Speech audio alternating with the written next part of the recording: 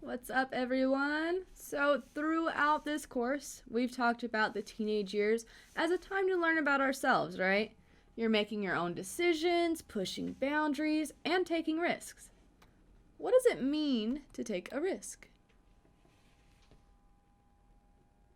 That's right. So, risk taking involves doing something that carries the possibility of a negative outcome, whether that's injury, damage, or harm, right? So, we make decisions that involve some element of risk every day. And the uncertainty and danger that risk taking brings can be thrilling. How can risk taking be healthy?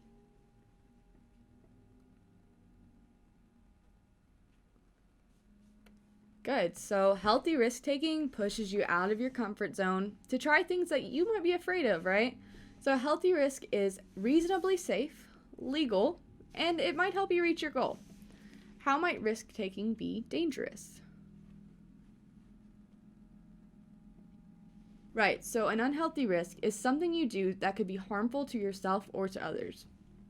So, imagine for a moment that you're running late for school and you find yourself standing at a busy intersection waiting for the light to change so that you can cross the street.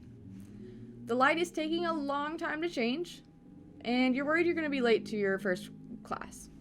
You consider running across the street against the light to save time. What is the expected benefit of running across the street against the light? Right, saving time, right? You want to get there on time. What are the possible negative consequences associated with that risk? Probably getting hit and seriously injured or even killed by a car, right? So, is cutting 2 minutes from your trip worth the risk of getting hit by a car? No, right? Is this a healthy or an unhealthy risk? Exactly. So, if you made it across the street without getting hit, you save 2 minutes, right? If you do get hit, you get hurt and you're still late for class. Plus, your decision will affect all of the motorists who are driving, whether they swerve to avoid you or they have a collision, right? The potential positive outcome of this decision is not worth the risk of the negative outcome. Sometimes we face a decision that is risky but has expected benefits that far outweigh the possible negative consequences. Consider, for instance, trying out for a sport. If you succeed, what are the expected benefits? Right, so you'll be part of a team, making memories, the excitement of playing the games, right? What's the positive, negative outcome for this risk? Maybe some embarrassment, rejection, you won't make the team, right? Still, if joining a team is important to you, even if you fail, you could still try it again next year, right? Is this a healthy or an unhealthy risk? Good, so this one's a healthy risk. So let's practice calculating a few more risks. We're going to do an activity called At Your Own Risk. The object is to identify 8 risks and determine if they are healthy or unhealthy before the time is up. So, to play this game, one person's going to start off by selecting a card and drawing a picture of what's on that card on the board, okay? The volunteer cannot say any words or write words in the drawing. All right, so you guys are going to have 10 minutes to get through as many as you can. So what you're going to do, if you're not the one drawing on the board, you're going to try to guess the risk. If you guess it right, you're the next one drawing on the board. It's basically Pictionary, just with the risk, okay? So you guys are going to have to work together as a class to earn as many points as possible. I'm going to give you guys 10 minutes, like I said, to do this, all right?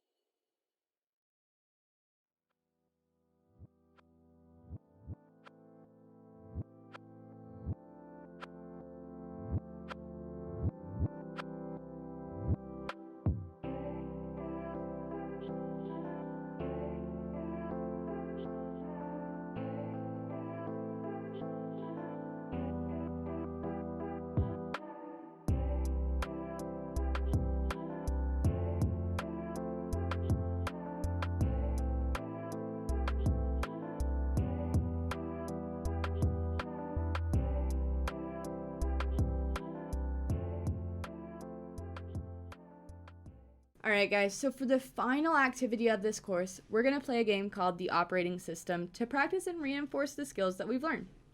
So these concepts will continue to help you navigate the challenges and opportunities that lie ahead of you in high school and beyond.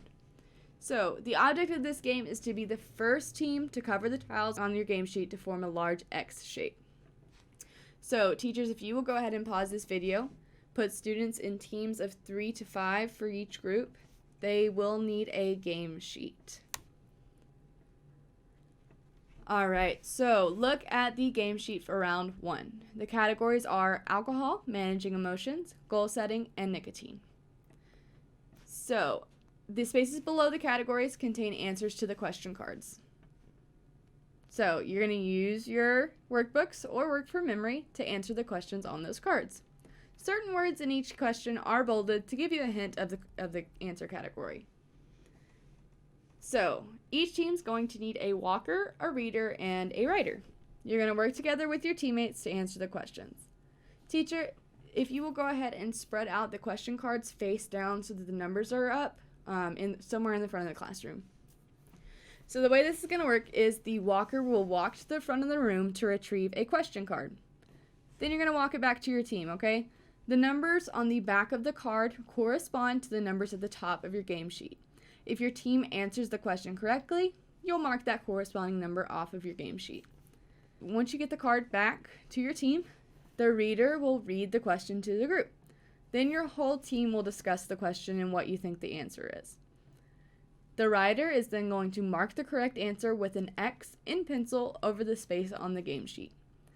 And the game will be over when the first team covers the 2 intersecting diagonal paths. So I am going to give you guys about 10 minutes to do this, and then we'll see you at the end, okay?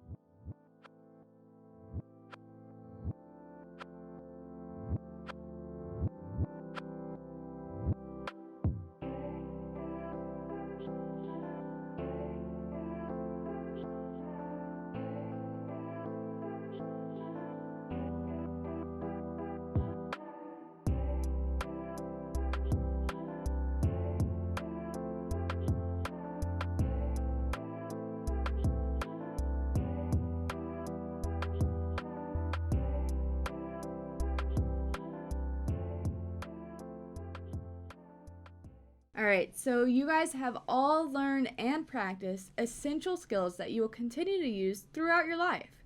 Keep applying these skills every day and remember the dangers of drugs use so that you can continue making responsible decisions and reach your goals. Congratulations! You're too good for drugs. I had so much fun with you guys over this course, and I hope you did too. And I hope you learned a little bit more, right? I hope you guys have a great rest of your day.